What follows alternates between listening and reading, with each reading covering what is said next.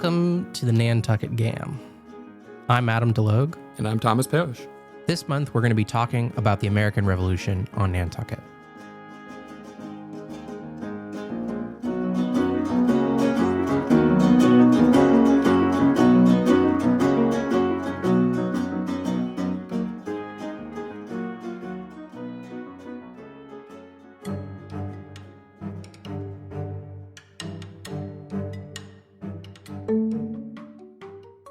This year, we're celebrating the 250th birthday of the country, and we've decided to break this episode into two parts.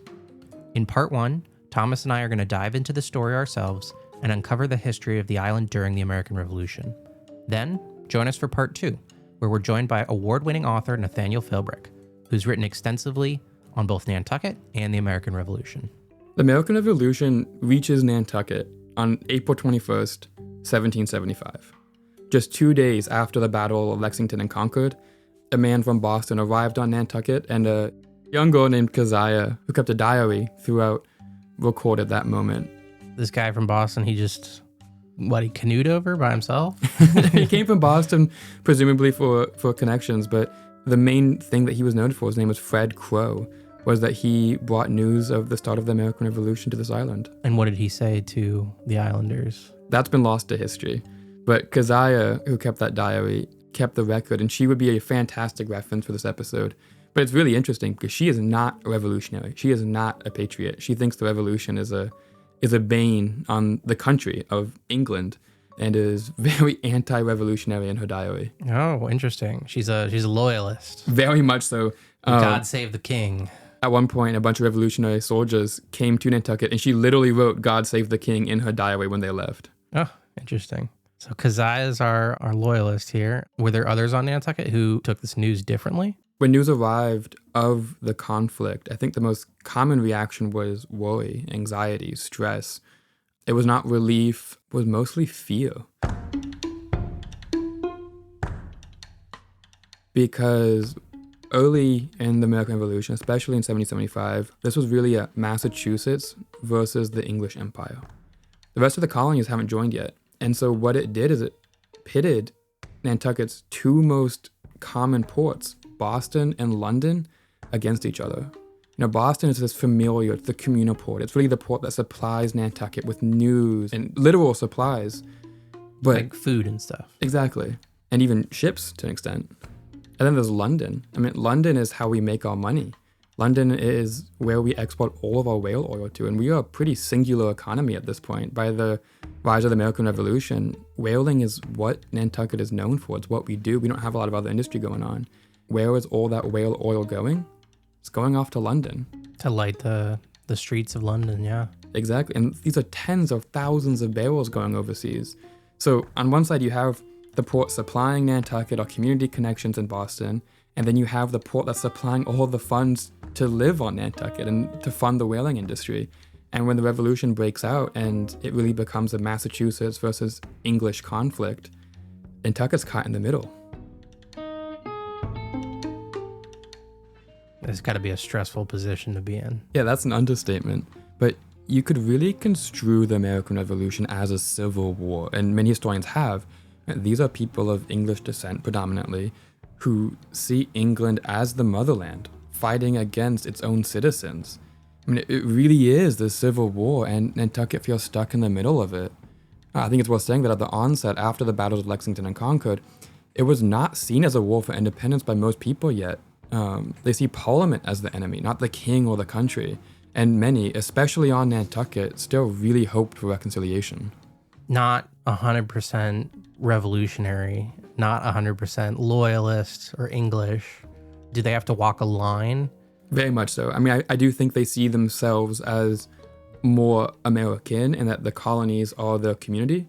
But you can't negate the fact that London is how Nantucketers make their money, and the economic links are really to England before anybody else. Is there any examples of how that economic link is damaged by this revolution? I mean, I think one of the most noteworthy moments is actually one of the first sparks of the American Revolution, the Boston Tea Party. Of the 3 ships that are raided and the tea is thrown overboard, 2 of those ships are owned by Nantucketers, by the Roach family, who had just returned from dropping whale oil in London and were coming back to the Americas with tea, the controversial tea. So Nantucket's really at the heart of that moment.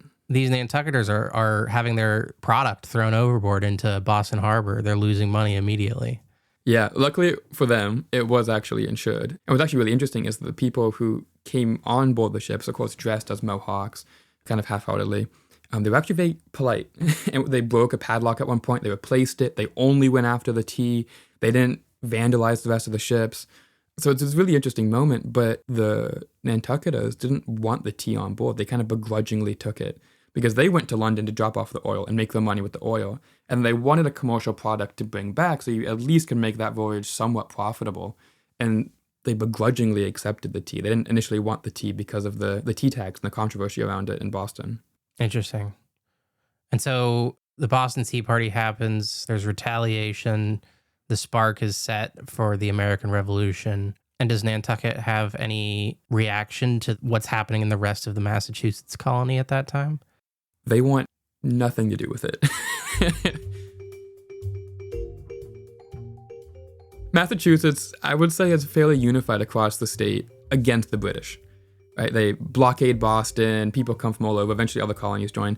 But in July 1775, so a couple months after the battle in April of Lexington and Concord, the Massachusetts Provisional Government gathers all these communities from across Massachusetts, and they invite everyone to come and just figure out, what are we going to do? Now that there was an open rebellion, an armed conflict against the English, how should we go about this? How do we manage this? How do we get the militias in order? And Nantucket refuses to attend. Feet stuck in the mud, or are they just... Well, they're trying to toe that line you mentioned. They also don't want to piss off the Patriots. They're really trying to, appease both parties and inadvertently actually piss off both. But they write this letter to the government, the provincial government, and say, we're not going to attend for two main reasons. The first is that we are an island 30 miles out to sea, and we are very exposed. And if the English decide to barricade us or cut off of our supplies, the soil is so poor here that they can only sustain about 1/3 of the total population. And they're very susceptible to that. On top of that, there's no fort here. And so they're also exposed militaristically. If anyone were to try to attack, they can't really do much about it. And on top of that, they're not going to be able to muster militias out here. The second reason that they choose not to attend is because the island is predominantly Quaker. And Quakers are famously pacifist and reject all violence and war. So even if something were to happen and the British were to arrive here, they couldn't even muster a militia because the Quakers would refuse to. And so they ask, pretty politely actually, to abstain from this conference and from the conflict writ large. Interesting. They try and play a neutral position. That's a great way to put it. They try to remain as neutral as possible. Do they send a similar message to the British? This is kind of funny. A little bit later, they would actually write to the provincial government and say, hey, can we go negotiate with the English? And, just asking permission first, right? Always good to ask. Very courteous. Very courteous. But before the government rules, they actually already assign people and send them off to the English in New York before the government says so. They eventually do give permission for the Nantucketers to negotiate with the English, but Nantucketers had already decided to do that before Massachusetts allowed them to. You're saying, basically they can't grow enough food on the island to feed everyone. So they really can't take a side, right? Whichever side can provide them with a little bit of food to keep going while this conflict is going on, they have to sort of ingratiate themselves to both sides. Otherwise, people are going to start starving on the island. Exactly. It would be a little bit like if the Stop and Shop didn't get any deliveries for a month. Can you imagine the chaos that would ensue? But you're exactly right. That if they align themselves with the Patriots, well, the English, the greatest naval power on earth, is going to potentially see them as hostile and very easily block off and barricade Nantucket, and people are going to suffer. On the flip side, if they continue to trade with the English and maintain these economic connections, they're going to be branded as traitors to the people of Massachusetts and the revolutionaries and the Patriots. So they're doing their best to ingratiate themselves to both sides, but they've done things to kind of piss off both sides as well. I wouldn't say it's to ingratiate themselves to both sides. It's to minimize how angry they're making both sides. Gotcha, I think it's a better way to put it. Okay. They're trying to stay under the radar. Yes. Okay. They do not want to get involved at all. And so does that work out? Are they able to sort of skate by? The conflict does reach Nantucket in some capacities, but the reputation of Nantucket really takes a pretty big dinging. People on the mainland, see this neutrality as very anti-revolutionary, which it is, but it's also very anti-patriotic. And they see this desire to remain neutral not as true neutrality, but actually as rather pro-British. And Interesting. So after they declined to attend that provincial congress in 1775, a contemporary calls Nantucket, quote, a nest of Tories. Ooh, fighting words. Those are all fighting words. Well, I guess not fighting words if they're not joining the revolution. Well, they're Quakers. So. Yeah. Not fighting words. But yeah, Nantucket really, really suffers in reputation almost the entire conflict.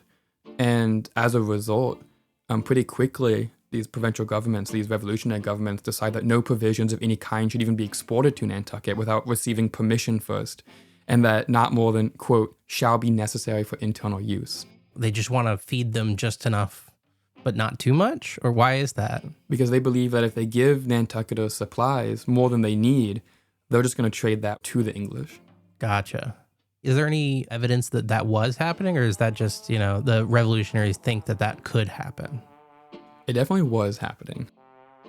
Smuggling, especially, was sort of a commonly accepted truth on Nantucket. Keziah Coffin, that diarist that I mentioned earlier, the young teenager, she would actually write that who would become a future husband would travel to New York and return, quote, in stealth. In stealth. Yeah. Literally under the cover of darkness. There's several references to the fact that many ships would come and then wait outside the harbor until night, come in at night, and then very quickly unload. Very coincidental that they preferred to unload quickly at night. I'm sure nothing untoward was happening. Of course there. not.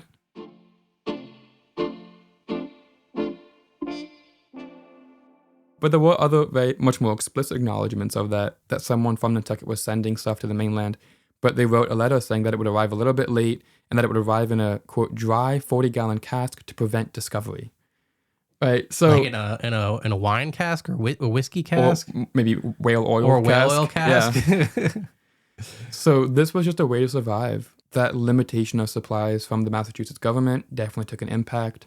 That meeting that Nantucketers refused to attend, at that meeting, they actually voted to stop all future whaling voyages for both safety, but also the risk of privateers seizing that, because whale oil is incredibly lucrative. So if privateers took that, it would be incredibly beneficial to the British military force.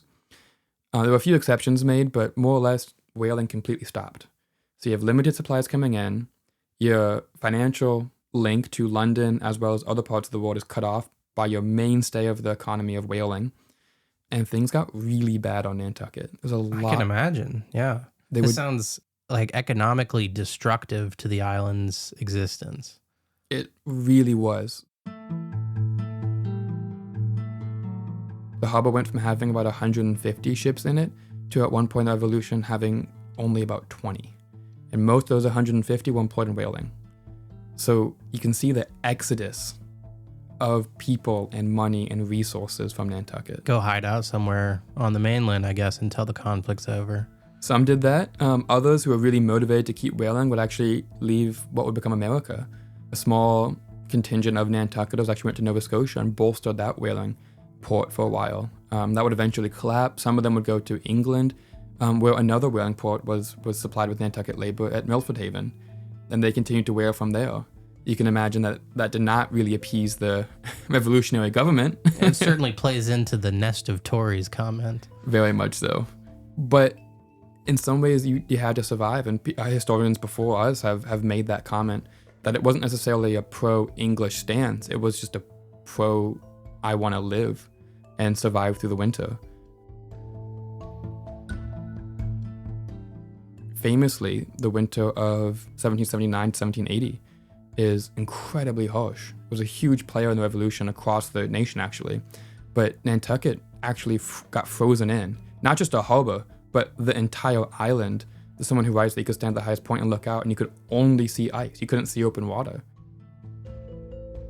It was incredibly cold, and they weren't getting supplies of wood. They weren't getting supplies of food. They were sort of under an unofficial blockade. In a way, yeah. And in some ways, smuggling was one of the few ways you could actually get the supplies that you needed. Living on Nantucket during the Revolution would have been incredibly difficult. Incredibly difficult.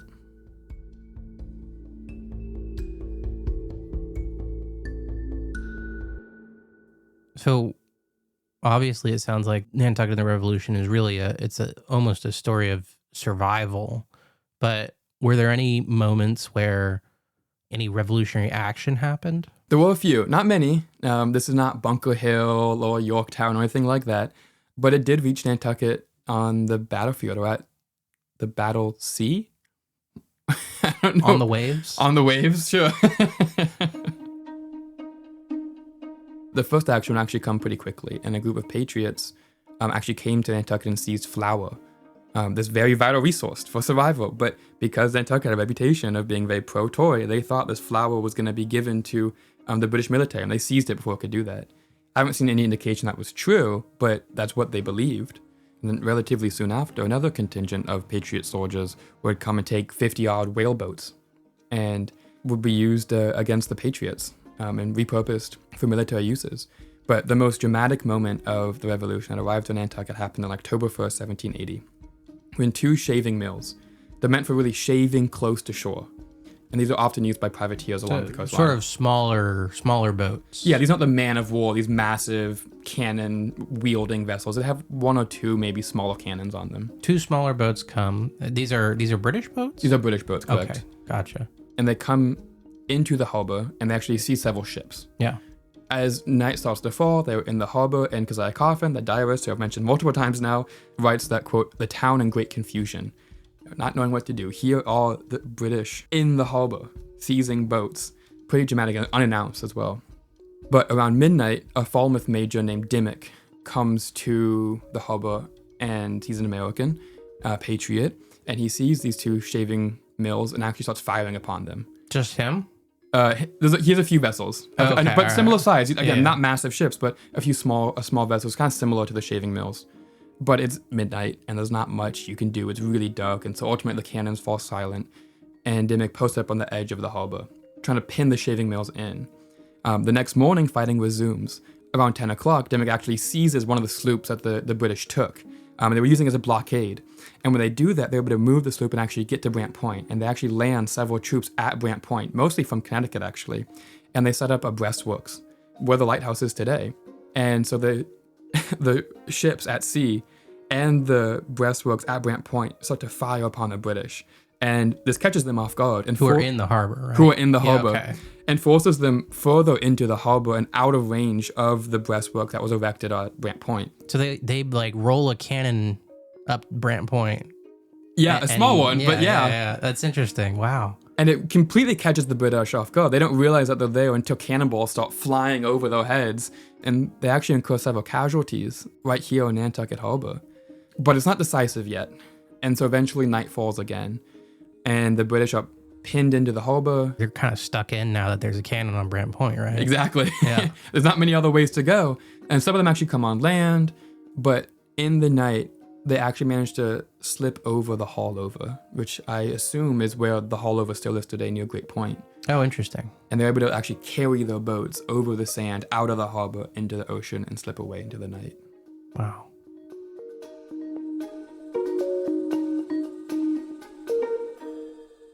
And thus ended the first Battle of Nantucket? I don't even know if it was actually considered a battle. But I believe these were actually privateers, not actual British military soldiers. But that is really what Nantucket saw more of than anything else. It's not so much the brutality of the British military. It was these experiences with privateers running up and down the coast. Every now and then, they would see the military. A man of war would enter our harbor, actually. And that was remarked upon by Keziah as well. But a lot of the military action that happened around Nantucket was mostly by privateers rather than actual naval battles between the official militaries. Privateers and smugglers. Yep, very much so. Sort of the Nantucket gray area of the revolution. I like how you put that. So it sounds like Nantucket and the Revolution is really a story of like trying to balance community and identity, I guess, with your economic livelihood. You gotta sort of figure out a way to play, enough in the shadows that nobody really notices you. Yeah, I guess in Nantucketers' minds, like the best outcome would have been that neither side thought much about them, because they're just kind of like trying to stay under the radar and not starve. Yeah, exactly. I mean, I think that I mentioned this earlier, but I think we often forget that, especially early in the American Revolution, this essentially was a civil war. These are people who saw England as the motherland. And it was really, up in the air. I mean, I think there was no real clear goal, and it was also certainly not something that looked like a winning proposition for the Bostonians. I think we write about the American Revolution like it's inevitable, right? That war broke out, Battle of Lexington and Concord. It was inevitable that we were going to declare independence. It took over a year, nearly a year and a half, from the Battle of Lexington and Concord until the Declaration of Independence was written. So for the first year, over a year of the conflict, it was not a war for independence.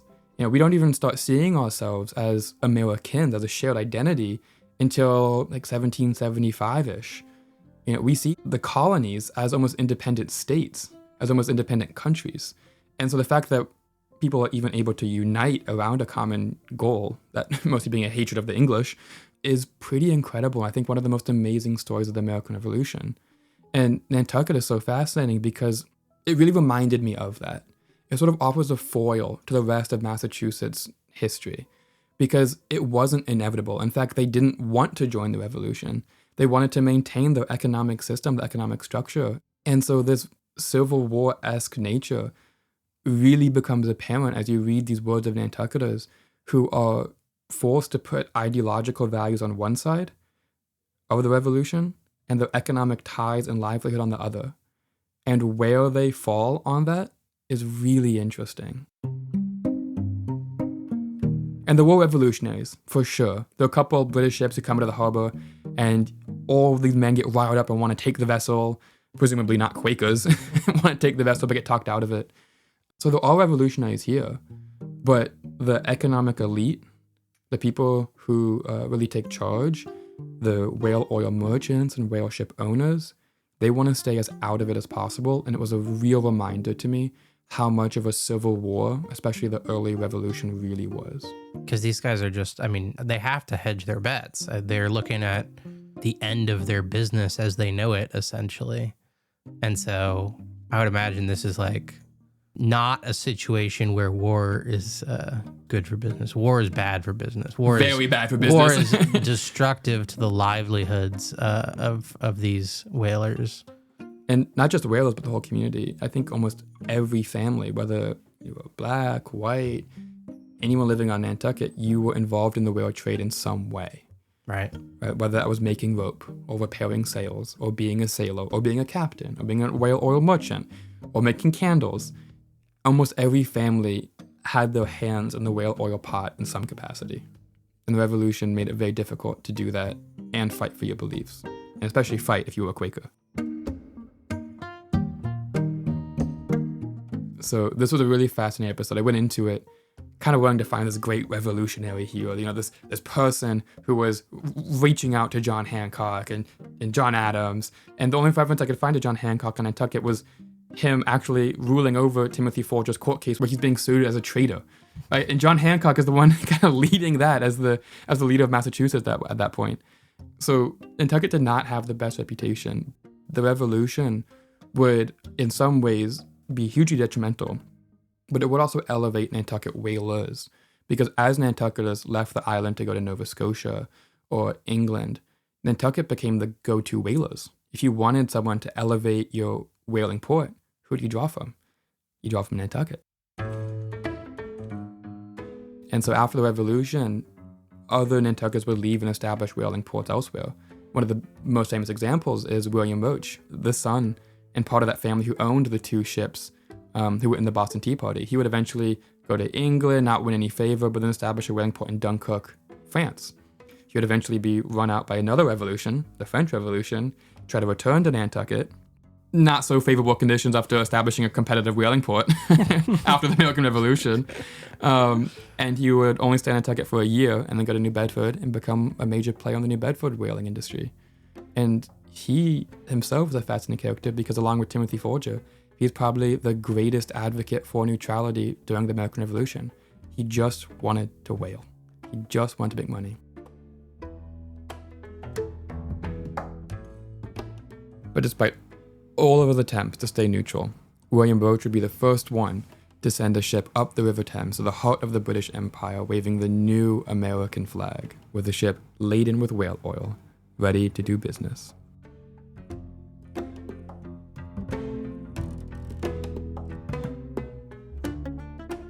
Thanks for joining us for part 1. Don't miss the upcoming part 2 of this episode, where Thomas and I are joined by Nathaniel Philbrick, NHA Research Fellow, award-winning author, and Nantucket historian. We're going to continue exploring Nantucket and the American Revolution and discuss the broader context of the conflict that birthed our nation 250 years ago.